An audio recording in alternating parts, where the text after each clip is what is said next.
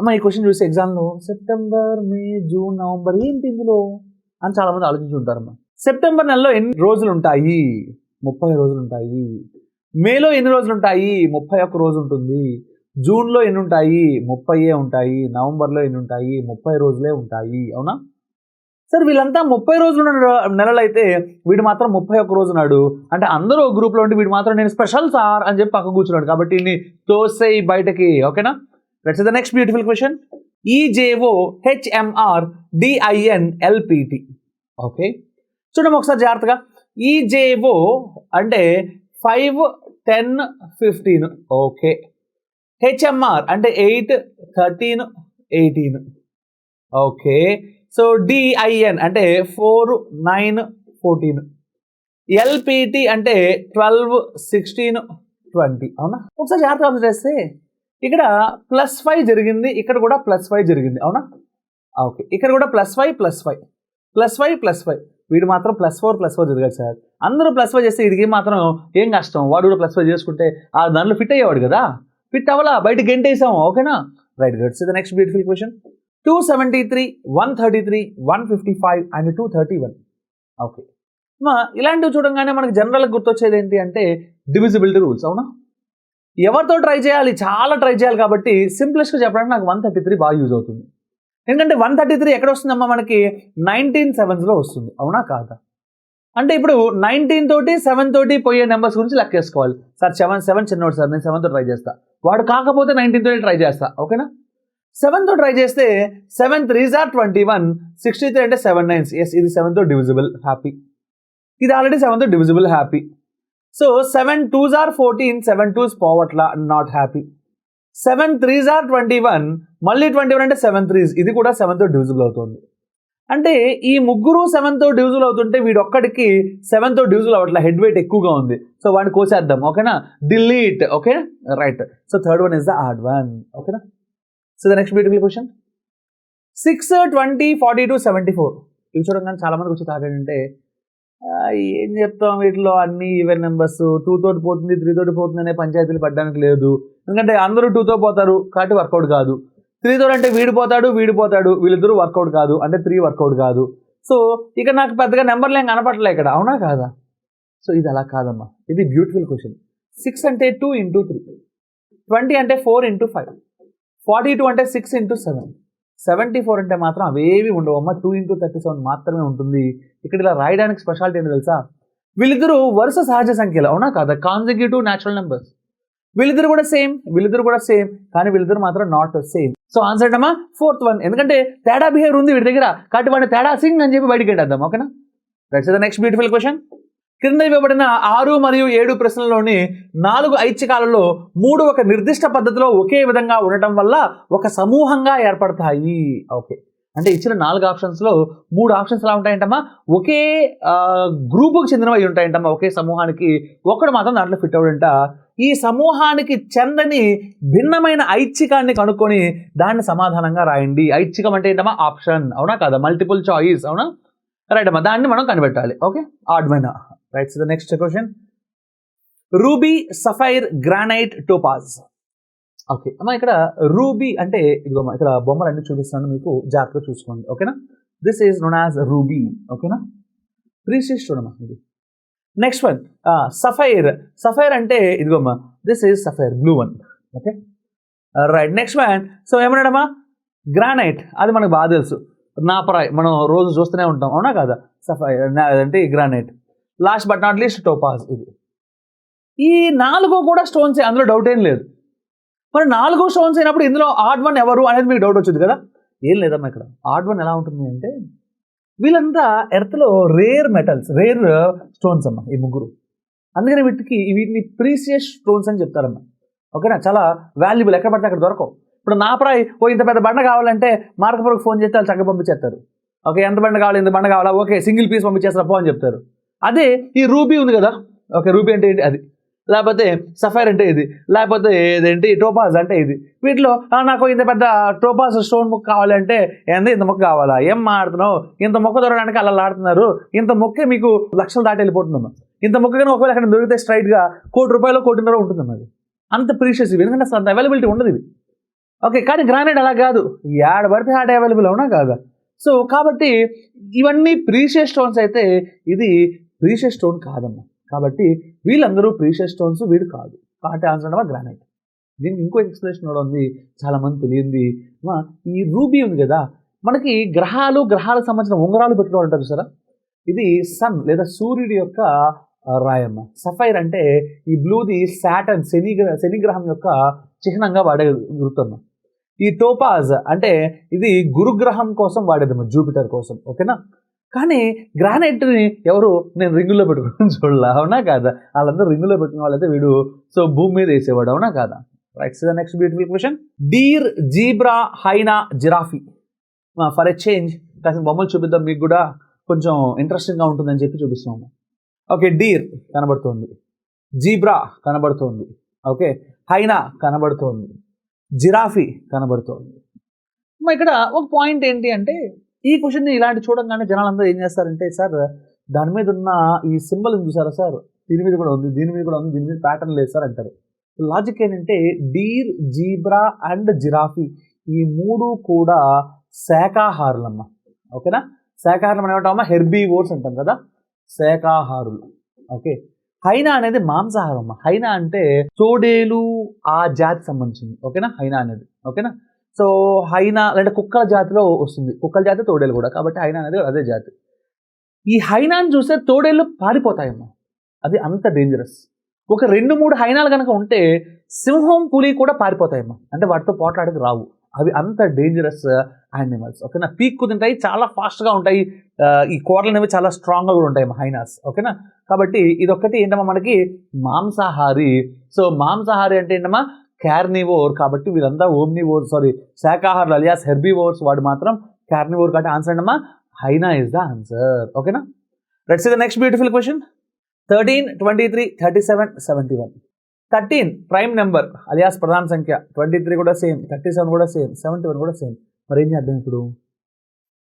Alternate దొరకట్లా, అవునా? ఇంతే మన ఎగ్జామ్లో ఆలోచించేది ఇలాగే ఉంటుందమ్మా, ఆలోచిస్తాం దొరకలా, ఇలా చిరుకులు వేస్తూ ఉంటాం కానీ వర్కౌట్ కాదు, అవునా కాదా? రైట్, చూడమ్మా, అన్ని ప్రైమ్ నెంబర్స్ని ఆగిపోయారు కదా, అప్పుడు ఏం చేద్దామంటే సమ్ ఆఫ్ డిజిట్స్ చేద్దాం.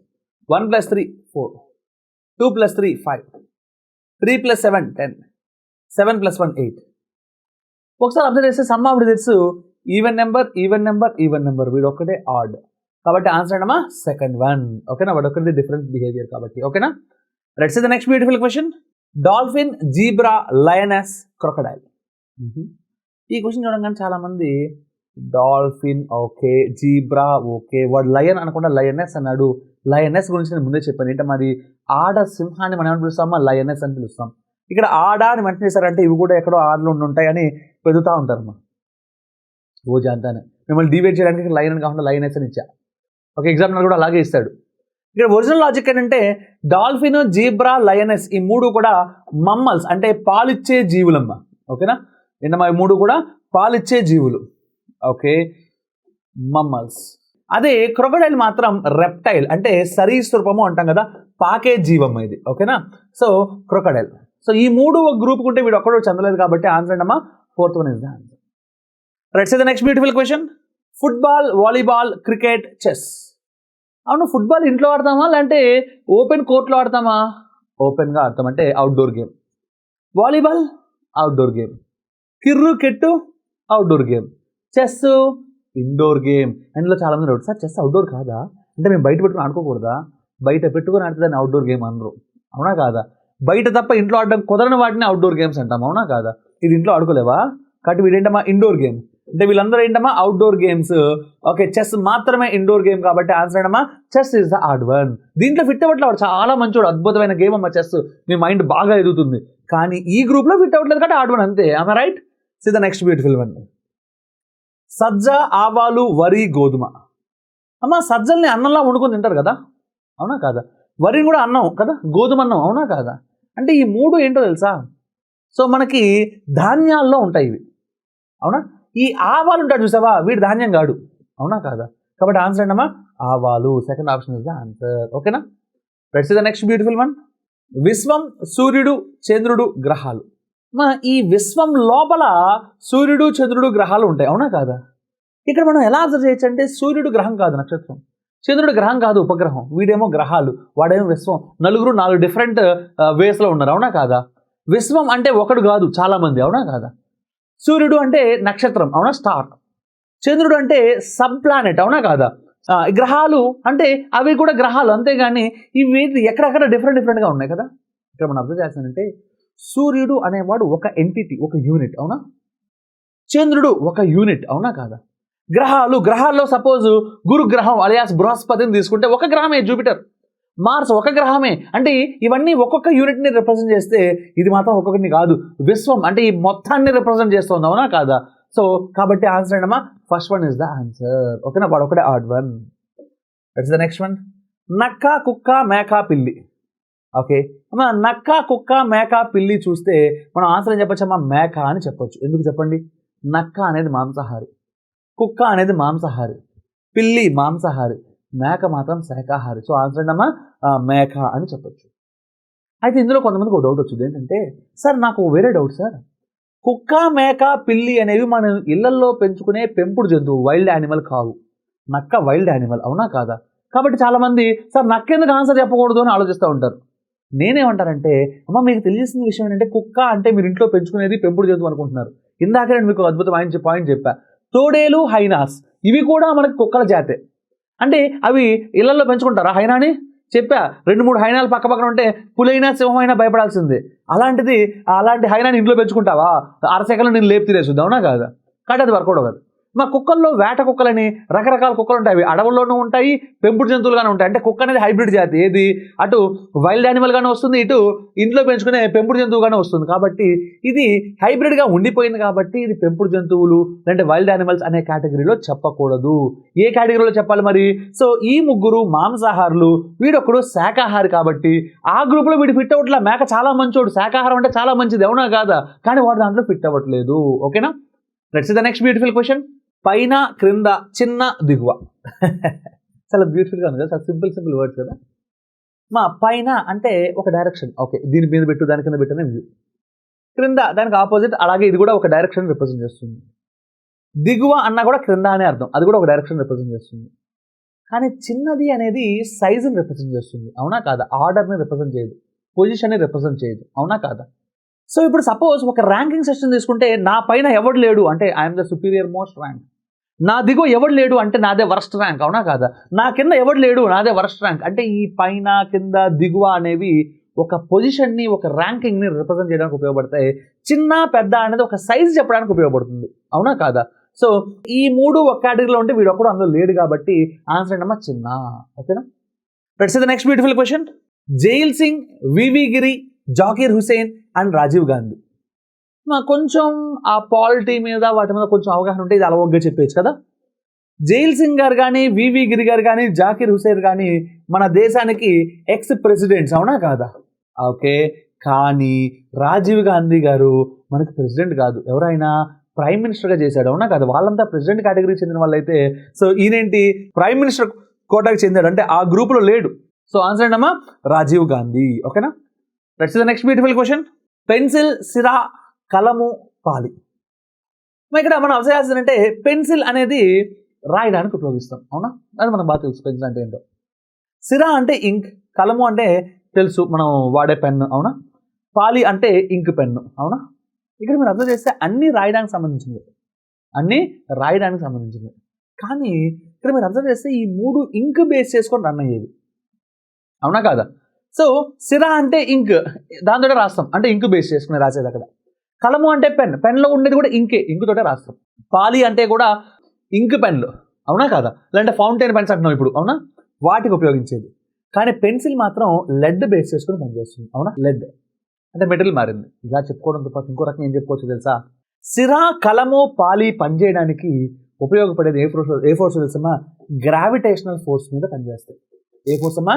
Gravitational force. అంటే ఇప్పుడు నేను ఇలా పెన్ను తీసుకున్నాను అనుకోమ్మా, నేను ఇలా రాస్తానంటే వర్కౌట్ అవుతుంది. అంటే ఇప్పుడు మీకు చూపిస్తాను చూడండి, ఇది మన పాయింటర్, నీడిల్ కదా రాసే ప్లేస్. దీన్ని ఇలా రాస్తానంటే వర్కౌట్ కాదు, ఇలా రాస్తానంటే వర్కౌట్ అవుతుంది. ఎందుకు తెలుసా? ఇలా రాస్తే గ్రావిటేషనల్ ఫోర్స్ తోటి ఆ ఇంక్ అనేది కిందకు వస్తుంది, కాబట్టి అప్పుడు పనిచేస్తుంది. అంటే దిస్ పెన్, ఓకే, లేకపోతే ఈ పాలి, సిరా ఇవన్నీ దేంతో పనిచేస్తాయి? Those works with the principle of gravitational force. అవునా కాదా?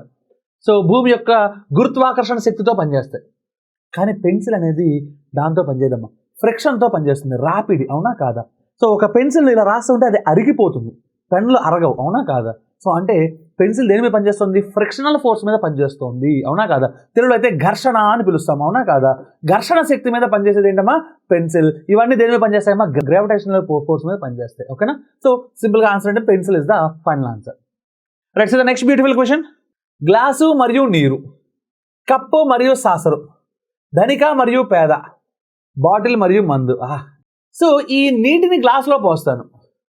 ఓకే, ఈ సాసరు కప్పు అంటే ఇద్దరికి ఒక సంబంధం ఉంది. అవునా కాదు? రిలేషన్ డైరెక్ట్గా. మందు బాటిల్ సంబంధం ఉంది సార్. మందుని అంటే బాటిల్లో పోస్తాం, కప్పుని సాసర్ మీద పెడతాం. అవునా కాదా? ఓకే. కానీ ధనిక మరియు పేద అనేవి రిలేటెడ్ వర్డ్స్ కాదమ్మా, ఆపోజిట్ వర్డ్స్. అవునా కాదా? నేను రిచ్ అంటే ధనికుడిని అని చెప్పడం ఒక పద్ధతి అయితే, సార్ నేను చాలా పేదవాడిని సార్ అని చెప్పడం రెండో పద్ధతి. అంటే వీళ్ళిద్దరూ ఆపోజిట్లో ఉంటారు కదా. సో వీళ్ళు ఎవరు ఆపోజిట్ కాదమ్మా, వీడు ఒక్కడే ఆపోజిట్. వీళ్ళందరూ రిలేటెడ్ వర్డ్స్ అయితే వీడు రిలేటెడ్ కాదు, ఆపోజిట్ వర్డ్. కాబట్టి third one is the answer. ఓకేనా? Let's see the next beautiful question. తేలిక బరువు, వెడల్పు అడ్డము, పెద్ద విశాలమైన, స్వల్ప చిన్నది. మా స్వల్పం అన్నా చిన్నది లేదా అంటే ఈ రెండు ఒకే అర్థాన్ని రిప్రజెంట్ చేస్తాయి. అవునా కాదా? ఓకే. సో పెద్దది విశాలమైనది అనేది కూడా ఒకే అర్థాన్ని రిప్రజెంట్ చేస్తాయి. వెడల్పు అన్నా అడ్డము అన్నా ఒకటే. అవునా కాదా? లెంగ్త్ అండ్ బ్రెడ్త్ అన్నా చూసారా, దాన్ని మనం వాడుకలో మాడేసరికి పొడవు అడ్డం అంటారు. అవునా కదా? మంచానికి తాళ్ళు బిగించేటప్పుడు పొడవుగాను అడ్డంగాను అంటారు. అవునా కదా? కానీ తేలిక బరువు మాత్రం ఆపోజిట్ వర్డ్స్. అంటే ఈ మూడు సినోనిమ్స్ అయితే వాళ్ళు యాంటోనిమ్స్. అవునా కాదా? అంటే ఈ మూడు ఒకే అర్థాన్ని ఇచ్చేవైతే వాడేంటమ్మా? విపరీత అర్థాన్ని ఇచ్చేవాడు, అలియాస్ ఆపోజిట్ వర్డ్, వ్యతిరేక అర్థాన్ని ఇచ్చేవాడు. కాబట్టి first one is the wrong one. ఓకేనా?